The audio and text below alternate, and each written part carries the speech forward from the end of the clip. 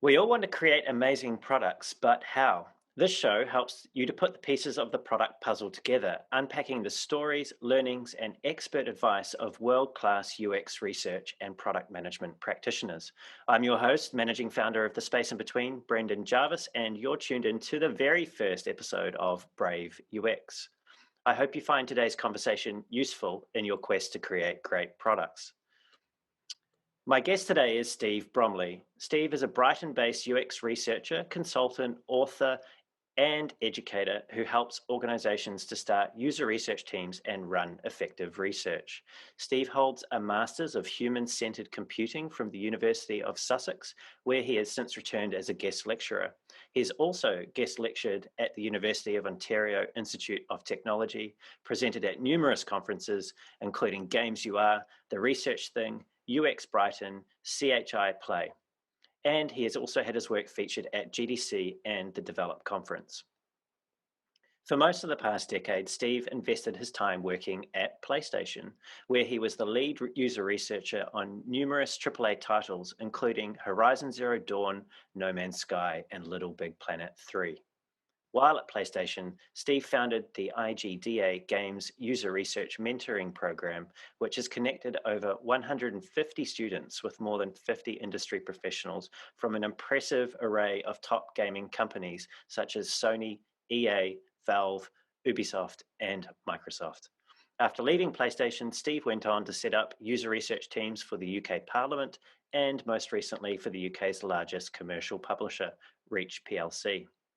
Steve is also the author of the book, Building User Research Teams, How to Create UX Research Teams That Deliver Impactful Insights, which is available on Amazon and Book Depository and as an ebook for Kindle.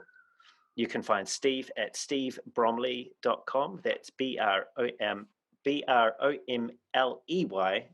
and on Twitter at Steve_Bromley. Steve, welcome to the show. Thank you very much for having me, Brendan, and thank you for a lovely introduction. Oh, you're most welcome. Now, Steve, I'm really curious. Did you always want to be a user researcher? Because it doesn't strike me as something that's top of the list for most kids. Yes, the answer is no. I didn't know it existed for a long time. I think I was lucky and stumbled upon it. So I originally did my undergraduate degree in history, which is obviously not particularly related to user research or software design or games design. I quickly found after graduating that actually it's very hard to get a job doing something directly related to history. It's one of those jobs where one of those degrees where they chuck you out into the real world and say, cool, you can do anything, off you go. And I ended up on a graduate scheme for American Express, the credit card company, for their tech graduate scheme. As part of that, they asked you to pick a master's to fund. And there was a choice of one that was very codey and very developer-y, and then human-centered computing, which I hadn't heard of and wasn't familiar with.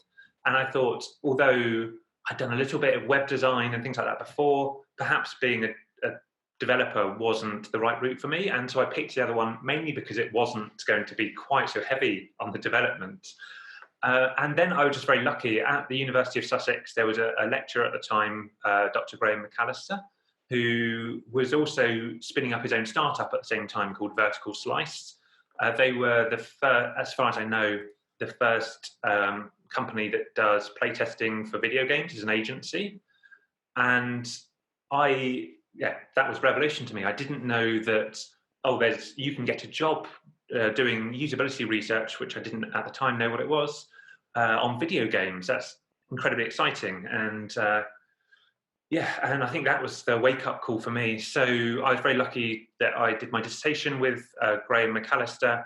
He hooked me up with a local games company inside Brighton, and Relentless. I don't know if you recall, and the PS2 days, there was the game called Buzz, which was the quiz game, and everyone had a buzzer, and you have to buzz in with your answers. They were making that game, and they were thinking about future games, and I was lucky enough to do a project with them as part of my master's. And then after that, I was like, okay, the world is my oyster. This is a field which is super exciting. You get to work on games that people love. You get to make a difference about games by doing usability and user research. And I think that set my path ever since. Hmm. Tell me, you said you get to make a difference by doing the usability Hmm. research in gaming. What sort of difference is that? What have you seen? Yes, so a thing that surprised me all ever since I've been a user researcher, not just for games, but since, is even when the developers think, oh, I've made this thing and it's fine, I can't anticipate there being any issues, you always do find usability issues. You find there are bits where players haven't understood where they're meant to go in the game, they haven't understood the objective, they don't understand how to use the features in it. Just the same as on websites where you see people don't understand which button to click, or they're not understanding what information this field is asking for. And you see, as when you are running user research, you see the impact that has on players. They are confused, they get bored, particularly when we did a lot of tests with kids when I was at PlayStation. Mm. Kids do have no reservations telling you, oh, I'm bored, don't want to do this anymore, can I go home? Which is sad once they've been brought in to play computer games that they want to give up and go home. Um, and by being able to find these issues throughout development, you can fix them, obviously, before real players in the real world see them, and have a real impact on that player experience, making sure that players do understand what they're meant to do, that they are interpreting the fun in the way that designers designed, Mm. and there are no barriers to creating the right user experience that the developers want, either from their game or from their software. Yeah, you mentioned that children are fairly open and honest and somewhat potentially brutal in the feedback that they provide. What sort of pre-warning did you have to give any of the observers that may have been involved in the creation of the games before they heard that? Yeah, that's a great point. So perhaps we didn't warn the developers beforehand about how brutal kids would be. And a problem is a lot of developers, well, lots of people have kids of their own, but if you are a developer, you might not encounter real kids that often really playing games in a real context. And so it can be quite surprising. I've, uh, I think I've kept this somewhere. We were playing a platform game with some kids, and halfway through the session, a kid wrote a tiny note on a piece of paper and then put their hand up very shyly and handed it over to me. And I was like, okay, what is it? What is it we're going to see? And I went up and the note said, can I play Mario, please? Which is very cute, but again, not the sort of not what a developer would want to hear, but probably what a developer needs to hear. They would much rather know before they finish the game, oh, we need to change something because this isn't engaging kids, rather than finding that out in the reviews or after the game launches. But yes, they can be quite brutal. Yeah, not the place for the fragile ego. Exactly. Perhaps any user research session, you are at risk of having your ego damaged if you feel particularly attached to the thing you've made. Yeah, I think I'm going to have to improve our observers' guidelines and briefing to make sure that those are properly expectations are properly managed. Steve, obviously you've invested a lot of energy into education and investment of your professional career in user research. And it seems to me, looking through your bio and the amount of work that you've done, speaking at conferences, obviously your masters, and all the other associated things you've done, such as the book, you seem to you have a very strong passion for knowledge and for sharing that knowledge. Is that something that's always been the case for you? Where does that come from? Yeah, I think that's something that struck me about the games user research community when I joined myself as a junior researcher who knew nothing about any of this. Perhaps related to how secret games are about the actual game being made and the contents of the thing we're working on. The community is, in contrast to that, very open about, okay, here's the methods we use, and here's some best practice, and here's some ways that you can get better insight from your sessions, which I think is a great ethos to have. Obviously, user research is still somewhat in its early days, where a lot of teams, both games teams and also software development teams, don't yet consider it a core part of their development process. And some that do things like usability testing aren't taking advantage of, you can do research early in development, and that has some benefits as well. And so a lot of places have reasonably low research maturity. And I think the impact of that is that the community recognizes that we should be stronger as a whole, and we should share our approaches to try and raise the bar of research across the whole industry. There's a lot of good work being done in the games user research community by volunteers to create conferences, create community events, create training things.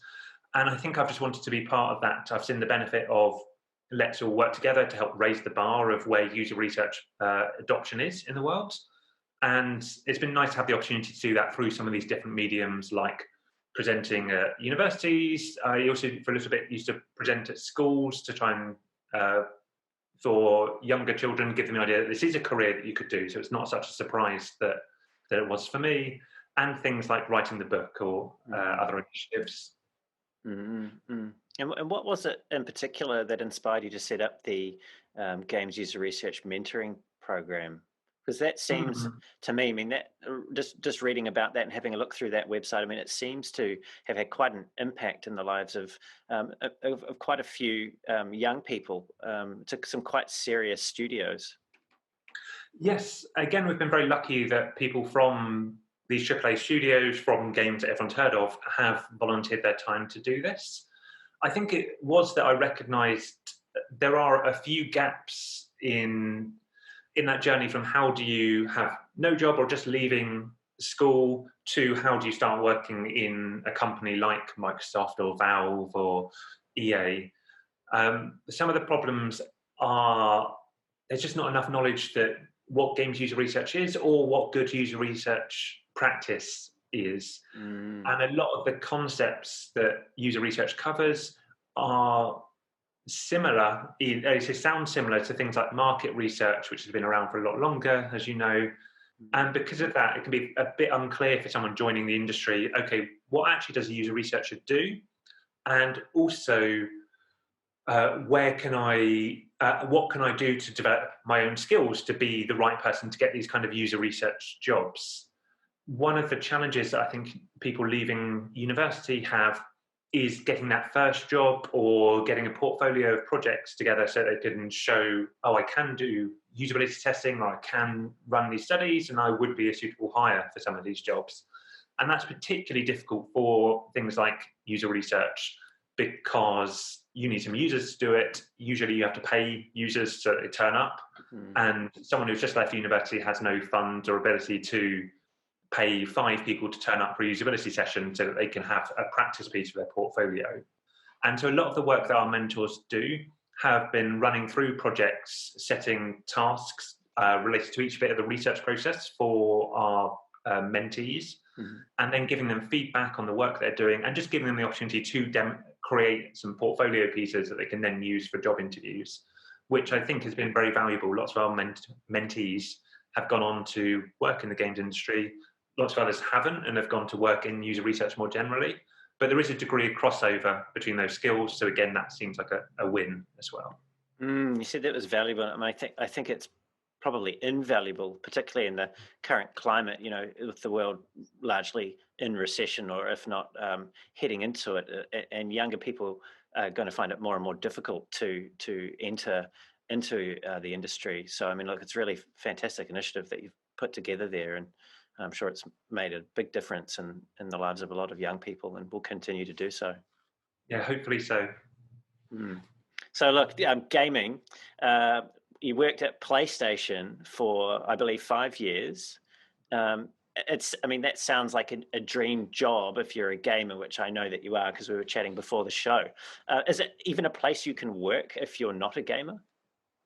Yeah, I think there are some challenges for people who are not familiar with games to work in a game setting like PlayStation. I guess the biggest one is you have to know some of the references that your participants are going to talk about. If you're playing a game and you're interviewing a participant and they say, oh, the inventory system in this game is like Halo's inventory system, I think you as a researcher need to know enough about the field to be able to recognize what they're saying and what that means and then communicate that to a games developer.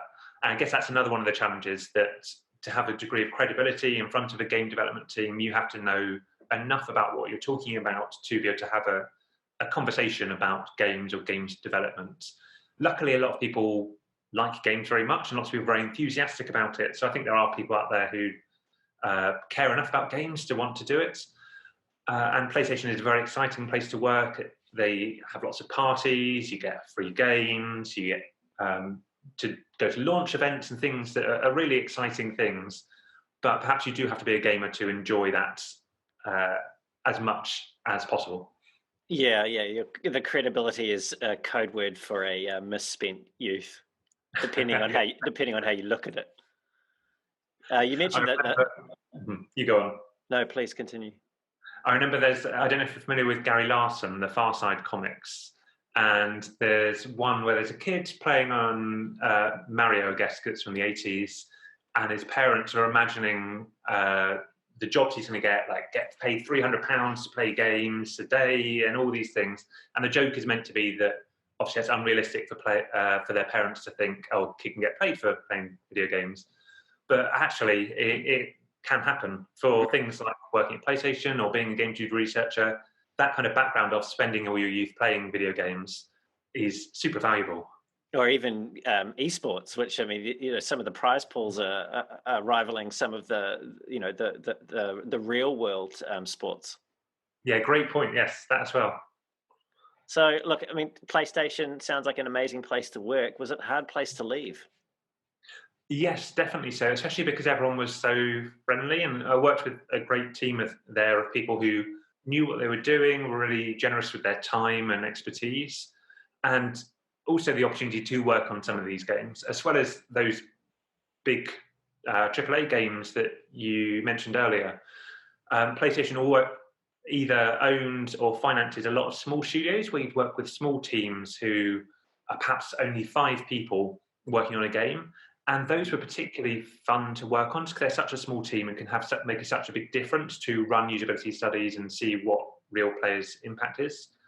And that was very difficult to leave, particularly because of the parties I mentioned earlier and the free games. Definitely the free games. How much was?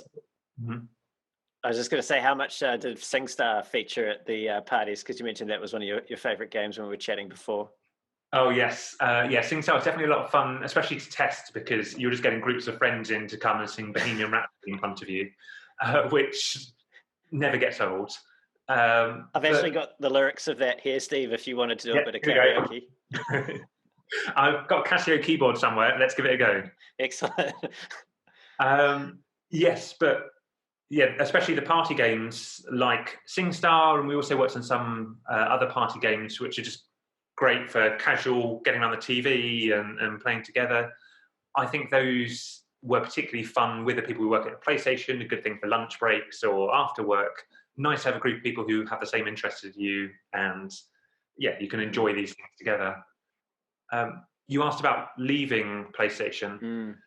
So one of the things that I felt I needed to do for my own personal development is PlayStation was great and very mature at its usability testing, where they would evaluate games as they're being made and test the prototypes and get some feedback about, okay, players didn't understand what they're meant to do or where they're meant to go.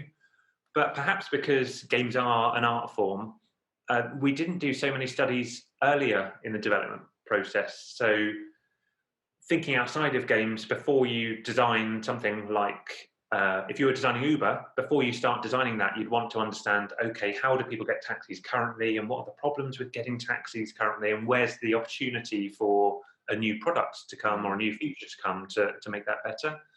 And I didn't have much chance to run those kind of studies at PlayStation, which is one of the things that made me look outside the games industry for my next roles, just to fill out that gap of experience and make sure that I was able to do each part of a user research process, not just test things that have been made.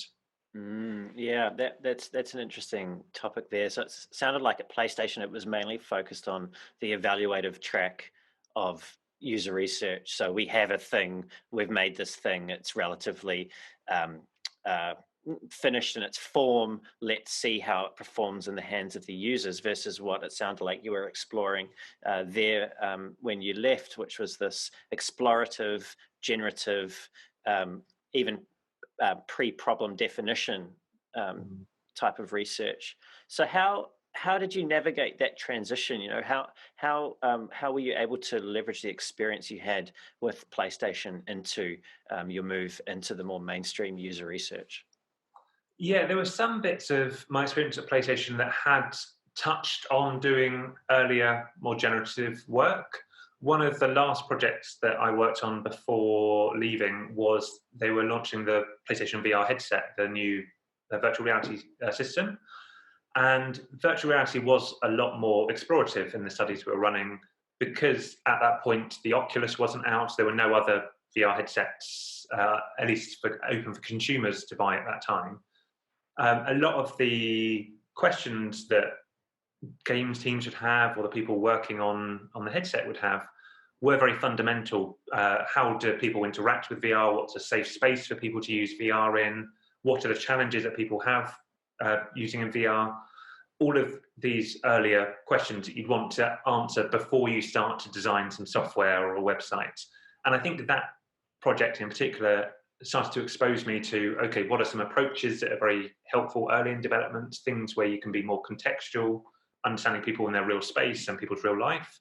Mm. And that was some of the experience that I took forward with me into new roles to demonstrate that I could do these kind of studies as well as testing things as well. It sounds like you spend a lot of time in people's lounges. Yes, there's a lot of traipsing all over London and seeing different people's lounges and uh, setting up VR headsets in there so that we could see if it would work. I don't know if you remember the Microsoft Kinect, their um, augmented reality Yeah, system, yeah. where it had lots of games where you wave your hand around. I think one of the things that had been noticed was, although that was very successful in America, where they have very big lounges, in other countries such as Japan and here in the UK, where the average living room is reasonably small, some of the interactions required and some of the games wouldn't work in these setups. You'd have to move your sofas out of the way and push the TV back just to be able to have enough play space to make the Connect work.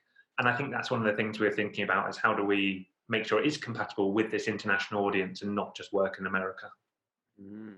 Yeah, yeah. I can empathize with that, having bought a Vive actually, and then tried to make that work in one of our flats, and quickly found out that the room was about 30 centimeters too small to actually work for room scale VR. So it was quickly listed on, listed for sale after that. Yes, perhaps your usability lab could be adapted to just take up the whole space with a VR setup. It can be. That was actually one of the very important measurements. Should that develop as a local opportunity for the gaming industry here? So yes, Fantastic. definitely. Um, very serious question, just to finish off here on games user research. God of War or Uncharted? Oh, definitely God of War. I was never that into the earlier. I played the earlier God of Wars, and you just walked forward and you hit square as much as you can and beat everyone. Whereas the story and the narrative driving the new God of War, I thought was fantastic. I really liked it. Although Uncharted is obviously also a lovely game, I think The Last of Us is much more thematically closer to this type of stuff I like from Naughty Dog. And so God of War was my one of last generation, and I'm really looking forward to seeing the next one in the next generation. Most definitely. Hey, so Steve, you left PlayStation and you went to the UK Parliament, and Mm. I can't think of actually on the face of it two different kind of environments to enter. A lot of assumption in there. What were the major differences, and how did you adjust to such a different environment? Yeah, great question. So the context at Parliament when I joined is that they didn't have an in-house user research team at the time and didn't have any history of running user research. As you can imagine, it's an institution that's been around for almost 1,000 years, and they're very set in their ways, and their current ways weren't particularly around, let's look at user-centered design and let's learn from users as part of our development process. Um, and so, Interesting perspective for a democracy. Not yes, not. very true. And so that's it was obviously a very different context. And I think the types of studies, as we've touched upon, perhaps, were significantly different, going from building software, which are entertainment medium and artistic, and then moving to trying to build functional websites that allow citizens to do democracy-related tasks. I guess the first thing that felt very significantly different was just how much fun the participants were having. When someone comes to PlayStation to play an unreleased game, that's probably the best thing they're doing this month, probably the best thing they're doing this year from their perspective, and they're having a great time. Whereas if you are coming into a usability session and you have to read some long reports from a committee has published for your test, again, that's probably not the best thing you've done that day. I guess it's also a good reason not to disclose too much to participants as to what they'll be doing before they get there. Exactly. You'd have to incentivize them a lot more if you told them they would be reading very long reports when you got there. But from their development processes, actually, again, that was somewhat different and an education for me, which I very much enjoyed. I talked about earlier about PlayStation's focus on usability testing. Because Parliament recognises that it needs to be for citizens and for everyone, a lot of that foundational work to understand what are people's context and what are they trying to do when they contact their MP, for example, is a lot more important. And so a lot more of that discovery work needs to happen. Understanding people in the real world and the real problems that they have will directly inform how do you make Parliament's websites. Another thing that struck me as different was the ethos, and this is something that I think is really important and a lesson I've tried to take forward from Parliament. How we worked in PlayStation, where we were essentially an internal agency where we would take a brief and would run a study and would do some analysis and then present it back to the team at the end. And that's great and works really well for those kind of usability studies where you find problems. The ethos in Parliament instead was a lot more about cross-functional teams and multidisciplinary work. So instead of being a research team, you would embed your user researcher inside a product team, and they would work very closely with a designer, product manager, a content designer. And instead of going away and running a study and bringing it back, a lot of the effort that a user researcher would do would be thinking about, okay, how can we expose every part of the research process to the team we're working with and make sure that they understand it as well. The obvious one that I think is very common is bringing in teams to observe studies. At least they can see the users firsthand and see the experience, and they'll trust, oh, I've learned that these problems exist, and I know that these are real users, so I believe it. But there are some ways you can go beyond that, such as doing analysis together as a team, where everyone's analysing the findings and affinity mapping together, or thinking about how to share those findings as a team as well. So rather than a report, finding something like a workshop where you can discuss the findings together and come to a conclusion based on that. I think that kind of collaborative research approach has a lot of advantages. It reduces that communications gap between the researcher who knows everything that you need to know about users and the designer who has to make design decisions. It brings those people closer together and reduces that gap. But I also see it's a lot harder for a research team and a researcher because their role becomes a lot more about facilitation than running research studies. Yeah, I was going to say that's the approach that we take here at the Space in Between. But I was going to say it sounds like that could go horribly wrong. Have you got any stories to share the dangers of facilitation or bringing people into the research process maybe too soon? Yeah, perhaps not a specific incident, but I think that was one of the mistakes that I personally made at Parliament. Was I looked at other organisations who were working in this model and it's been very successful. A very prominent example here in the UK is Government Digital Service, GDS, who do a lot of work and have done a lot to advance the field of user research. And I looked at that and said, okay, that looks great. They're having a great time with it. Let's dive straight in with that. And I think the challenge was I was trying to go straight in at a very high research maturity level for an organisation that didn't have any history of doing user research. And so a lot of the conflicts you might have at that generates a lot of conflicts. Obviously, that collaborative research practice requires the other people who are not researchers, such as the designers and product managers, to understand enough about research to be able to uh, play an active role in it and make sensible decisions and do things like analysis, which can be very difficult if it's your first exposure to research. Mm. Also, it takes a lot of people's time. If you want people to come and watch research sessions and analyze findings together and come up with a report together, if you're a developer, that's time you're not writing code and feels quite like you're being taken away from your job. And because of that, there can be challenges getting people to take part or see the value of it. And I attribute that to trying to jump into a high maturity model straight away. The approach I've tried to take since is, okay, let's build up to that model. Let's start with an agency style. Let's gradually open up opportunities to get teams who are particularly interested more involved. And eventually we'll end up in that same place, but the ramping up will be easier for everyone involved. It sounds like a bit of a almost a cultural learning or journey that you have to take people on.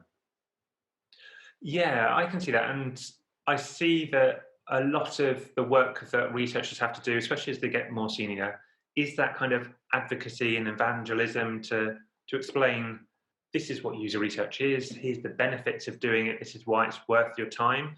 Try and dispel some of those myths that people might have had around user research. What are some Um, of those myths, Steve? yes, there's some that you hear again and again, and I'm sure you've heard in your own experience as well. I guess one of the first ones is people's concern that research costs money.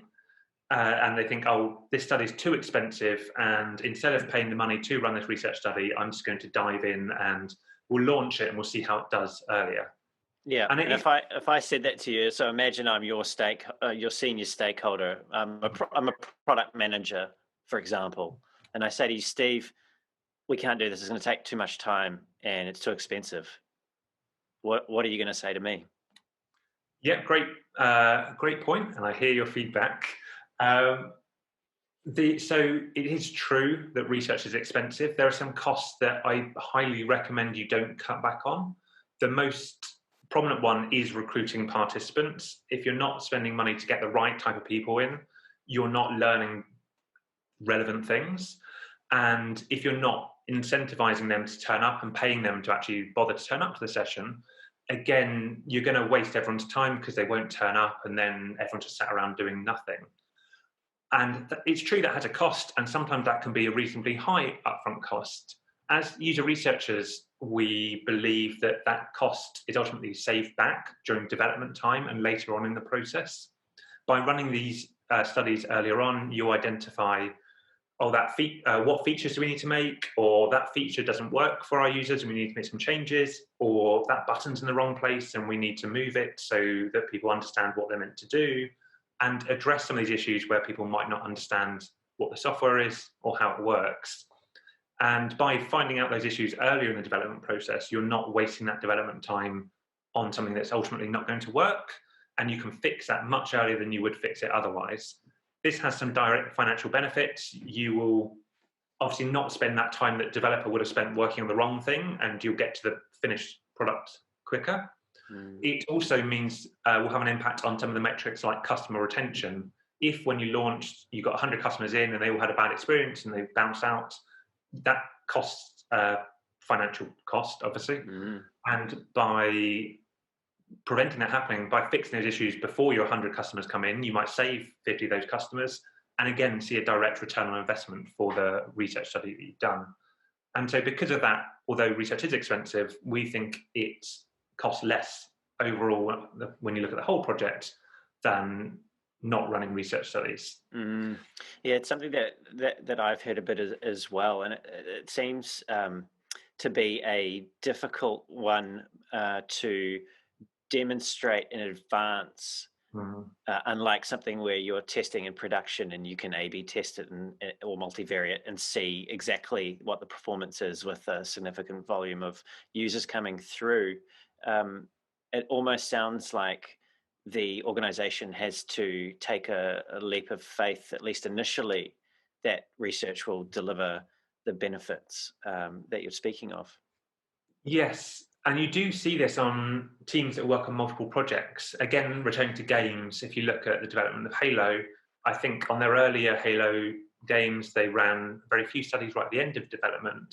And then as the titles went on, they were running more studies earlier. And by the last one, they were running them right from the start.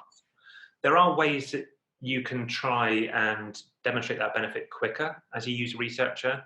One that I've been thinking about is so if you do have an existing product, looking at some of the metrics that are important to teams, a very common one is the number of support tickets that customers raise or the support calls that you get. And by running something simple like a usability study, you can hopefully see an impact on the number of support requests that teams are required to deal with. That can be attributed to a financial cost. You can work out how much time people are spending answering support tickets and then say, okay, this study saved us this much money. And by getting some buy-in on some of those simpler tests like usability studies over the life cycle of more projects, you can start to move earlier in that process as you get evidence that this is having an impact and convince people. Yeah, and I suppose this illustrates what seems to be a bias in a lot of organizations towards the quantitative. Hmm. And in your book, and as we're just talking about the usability studies you've been running at PlayStation and since you've left as well, that's the qualitative end of user research, isn't it? That's correct. And I agree with you entirely that because there are some nice numbers and people can see the difference between two numbers, uh, the truth of quantitative research is often easier to convince people of or easier to demonstrate through things like A/B testing. Mm. I think one of the challenges that qualitative user research has is a lot of the benefits of understanding your audience better are very hard to quantify. And also, people forget that they didn't know this before. You'll watch a user do something and then have learned, oh, that's what the user's behavior is, or there's a problem that the user has. And by tomorrow, you'll forget that you didn't always know that and just think, oh, I always knew that users had difficulty ordering a taxi in the rain, without recognizing that how the study has influenced your thinking, which makes it somewhat difficult, especially with those generative studies, to quantify the benefits. It's easier with usability testing because you can count the number of issues you see, you can rate the severity of the issues, and there's lots of ways that you can quantify that. But yeah, you do need a degree of buy-in and research maturity from an organization before they can see the benefits of understanding your users better through a Mm. study. So get stuck and find something that you can quantify as a result of the research that you've done, a small thing, and use that to build confidence and trust in the research process. That sounds really sensible. Um, what is it, do you think, in your experience with organizations that does bias them towards feeling more comfortable with the hard data, like the Mm. quantitative side of things? I guess as we talked about, the fact that they are numbers and people understand numbers, I guess numbers especially speak to people on more senior levels as you go higher up the chain. And graphs and charts are the type of things that they deal with a lot. Whereas the actual granularity that you get from a good user research study is extremely invaluable, I'd say, to designers who are actually making those implementation decisions or product managers who are actually making those feature decisions, but doesn't scale up in the same way where it's very hard to communicate that up to an executive level, whereas a number, everyone can look at a number on a graph and see the difference, but that same number, that quant study, also doesn't have that same impact for the teams you work with. It's much less valuable for a designer or a product manager to know that this one is 56% better than this one than it is to understand, okay, users looked at the screen and they understood this aspect of it, and the reason they understood this aspect is because of their history with this. That gives a lot of inspiration, which is really useful on the ground. Mm. So you're saying that it's difficult for senior management to buy empathy. Yes, that would be it. Yeah. Yeah. Steve, you also warned in your book about user researchers in smaller qualitative studies, including metrics, including measurements. Can you tell us a little bit more about why that is? Why is that problematic? Yes, of course. So a very common thing that user researchers might be tempted to do is to ask the participants to rate things. At the end of a session, they've used your website. Can you rate this website out of 10? And they'll say, oh, it's 8 out of 10. And the next one will say it's 3 out of 10. And again, there's a temptation because, as we've heard, people like quant and like numbers, to take those ratings and stick them in the report and say, oh, okay, the website was 7 out of 10 overall, which sounds fine. The issue being a lot of these qualitative studies aren't seeing enough users to make reliable conclusions from that quant data. So there are statistical tests that you can run, and people who are better at stats than me can explain it better, but you can anticipate by seeing that number of users you've seen what the range of answers a wider audience would give. And from a qualitative study, that range is very large. You would say, if people were rating a website out of 10, if you were only seeing 5 or 6 users, once you did that statistical test, it would only give you an indication that the average person will rate it somewhere between 2 and 8.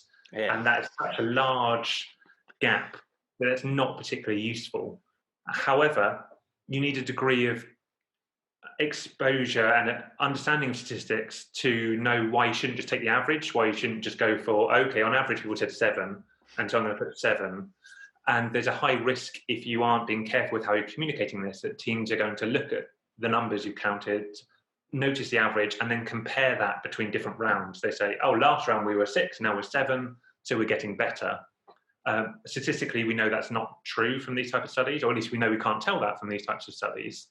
And so you're giving teams misleading conclusions, and they're going to have bad information and make poor decisions because you haven't been careful with the information that is safe to communicate from tests. And ultimately that would undermine the confidence people have in the research if you end up making decisions that are not helpful to the organization.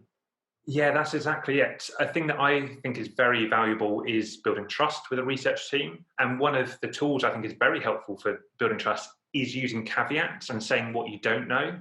So from a research study, we're going to learn 10 reliable things, and then some things which are not perhaps so reliable, or gives an indication there might be something here, but we don't know exactly what it is. And being very clear to your team about, we believe that these answers are safe, and we think these are interesting, but we know they're not safe and don't do anything based on them yet. We'll just explore further. I think that builds trust that, hey, the ones that they think are safe must be good because they've told us the ones that aren't safe. And I think that's a really powerful tool to caveat your findings in that way. How would you determine whether a piece of feedback was safe or unsafe? One of the obvious safe ones, or ones that we consider very safe, are usability findings. We know that when we've seen an issue, it's true that the issue exists, and we know that that issue isn't the intended experience. And at that point, it's very sensible to do something to fix that problem, rather than spending time to work out how many people encounter that problem. That's potentially just wasted effort. We know the problem exists, let's do something about it. Instead, other types of finding are the ones where there's more risk and we should be more careful. With numbers, like we talked about taking ratings, you can do that statistical test, and you can expose the confidence intervals and say, we know it's somewhere between here and here, but we don't know where it is in that bracket. And so again, that can be, you're confident with how much you do know and how much you don't know until you can communicate that. The riskiest ones, and the ones we use the most heavy caveats around, is opinions. If someone says, oh, I liked this website, or I liked that it was green, or I really like the font, we know that that opinion exists, but we don't know how many people hold that opinion and how many people hold the contrary opinion. And it's those kind of findings we're most careful to say, if you want us to explore this, we should combine it with a quant method like designing a survey to explore how many people had that opinion and how many people had a different opinion before you take action. Have you got any stories from the trenches that you can share of when something like that has originated, either at PlayStation or since leaving, where you've then gone on to run a study like this? Does anything come to mind? Like a survey off the back of a usability study? Yes, so it's reasonably common in games user research. And one of the reasons it is reasonably common in games user research is because the opportunity is there. So there's a couple of aspects of this. is, as you're familiar with from games, review scores are very important, and so teams very much like the idea of having a score. And as we've talked about, to get reliable scores and to do things like surveys reliably, you need a lot of people. With games, there is an opportunity to get a lot of people because games are so exceptionally long. God of War, we talked about earlier, is probably 20 hours long. Mm. If you wanted to even do a usability study on that, that's 20 hours of gameplay, which is, what's that? That's a week to watch one player. As a consequence, in games user research, it's very common to run many players simultaneously, where you have 10 or 20 people playing at the same time, so that you can get them just through that quantity of game. So in that week, you'll see 20 people, even if you can't observe them all closely, you at least had 20 people who have played through the game and can start to do those kind of surveys. And because even a simple usability test needs that number of players because of the playtime, you can then do a lot more of these interesting survey questions where you can ask opinions about what do people think about the characters, what do people think about the stories, and ask people to give ratings as well. And you've got enough people coming through that you can start to quantify this in a way that wouldn't be reliable if you were doing 5 users for an hour-long usability test on a website.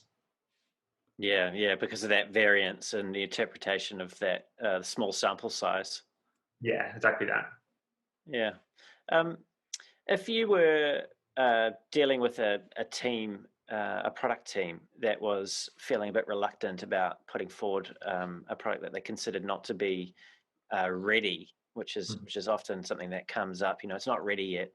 What sort of things would you tell them to encourage them to Yeah, test? great question. And I also hear that quite a lot, where teams think you have to be in a certain state before it's sensible to test things.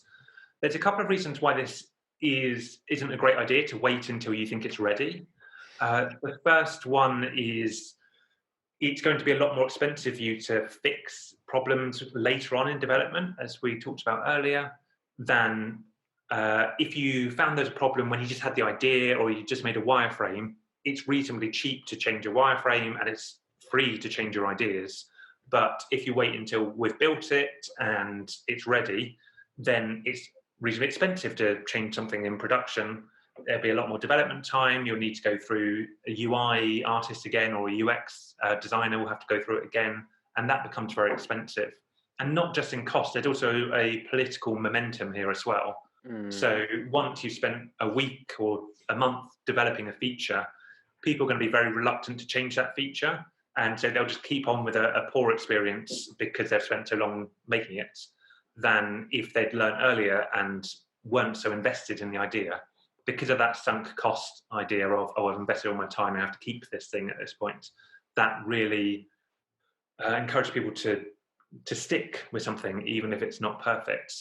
And another reason why this occurs is people perhaps don't understand the ways in which user research work, and particularly how we define research objectives. So we can say, okay, we want to learn these things from this study, and we could ignore all the bits that aren't finished or aren't representative. We can still find very valuable information about the bits that are in a good enough state to test, and we can combine it with prototypes, or we can mock something up, or the researcher can do something to fill the gap for the bits that aren't working. So we can work around the fact it's not ready yet. And once a team start to understand, oh, actually, user researcher has skills that allow them to overcome the bumps in what we've made or overcome bugs, and we'll learn useful things earlier, and again, it will save us time and development cost. That becomes a very valuable tool for convincing people to run research earlier. Yeah, it almost sounds like as researchers, you need to develop a keen appreciation for other people's feelings, and almost like a therapist. Yeah, I think that's very fair. Again, as I've become more senior, one of the lessons I've taken is the importance of that cross-disciplinary learning. It's easy enough to sit there as a researcher and think, oh, why is no one doing user research studies, and they're not listening to me, and my studies have no impact? And it's usually because people have different incentives. If you spoke to people, they have pressures on either on their time, or they've got deadlines, or they've got deliverables that they have to meet. And as a researcher, you need to understand what are the incentives acting on the people we work with, the product managers and the designers, what are their goals and what are the problems that they have.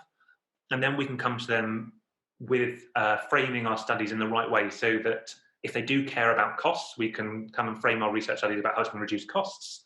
If they want development time to be shorter, we can come and say, oh, actually, our studies will reduce your development time. If they just want better customer retention, we can come and say, okay, here's some studies we can run to help customer retention. And by understanding what people are trying to get done in their own job, it allows us to run the right study and ultimately make better things for our users, which is our goal. It almost sounds like that is for a low research maturity organization, for a lone researcher or a new team. Sounds like a really great place to start. I agree with that. I think I recommend starting by interviewing the people that you work with as your first thing as you join as a researcher. So go and find who's making decisions in the company, what are the current decisions they're making, and what are the challenges they have. And then once you've done that, you can work out, okay, what's the most impactful study that I can run early on to show the value of this kind of working.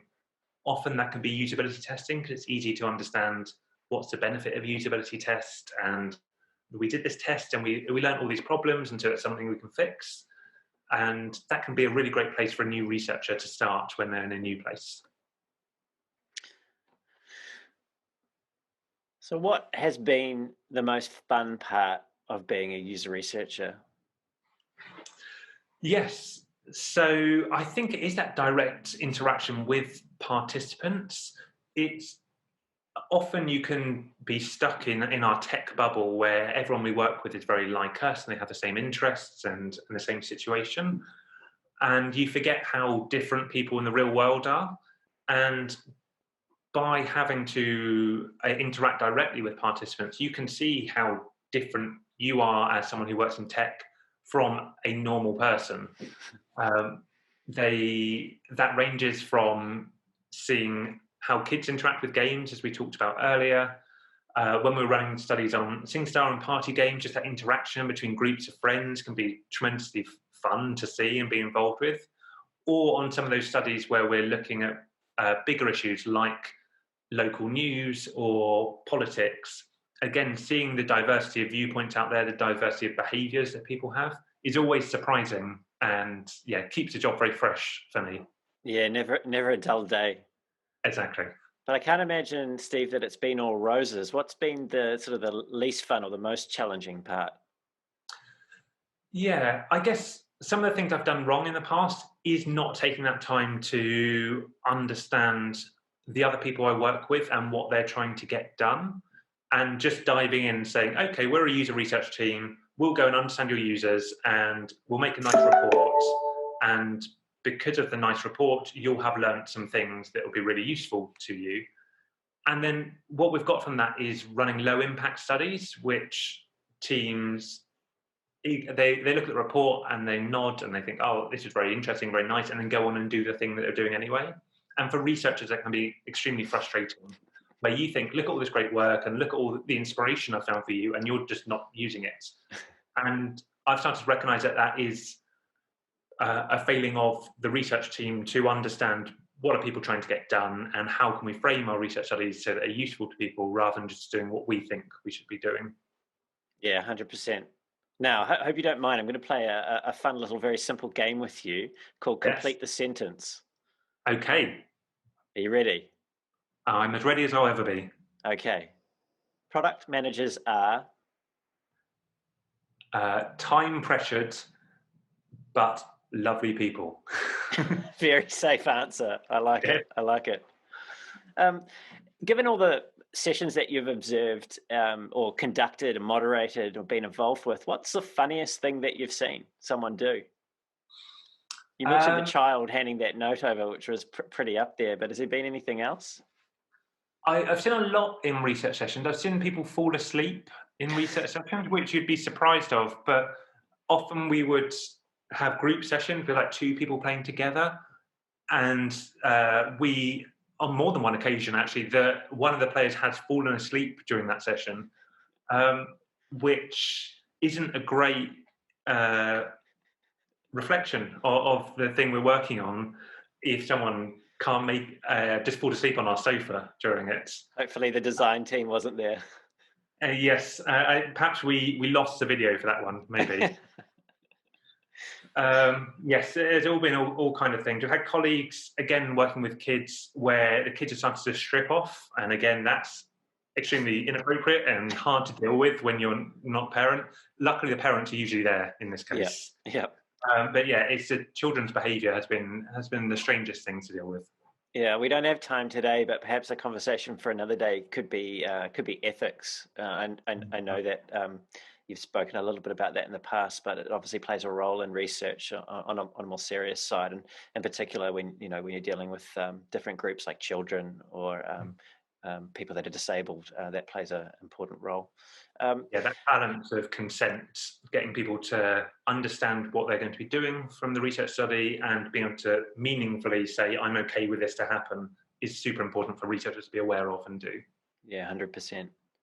So if you were able to go back in time or send yourself a tweet back to your pre-user research days as you were starting your job, the first day at your job as a user researcher, that's when Twitter was 140 characters too, so not this long-winded Yeah, Twitter that we have now. What would you say to yourself in one tweet? What would be one the tweet. advice you'd give? Yeah, it's quite hard.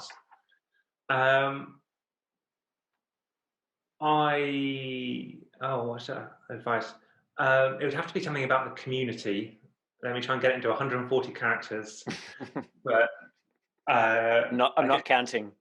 yeah, I guess the field of research advances through sharing knowledge and building a strong research community. And so the advice would have to be look out for other researchers doing good work, be open about what you're working on, and listen and learn from the people around you. Well, you've certainly delivered on that, Steve, through what you've been doing. And that brings me to one of the final questions I have for you tonight, which is what's next? I think you mentioned that you might be working on something special. Yes, so as we talked about earlier, I've been doing a lot of work for games user research mentoring. And so for the next book that I want to work on, I want to produce a book that explains how to be a games user researcher, which answers a lot of those questions that mentees have come to our mentors about. It should explain how does games development work, how do you run a study in games user research, and then lots of advice about getting that first job in user research, which can be tremendously difficult to do.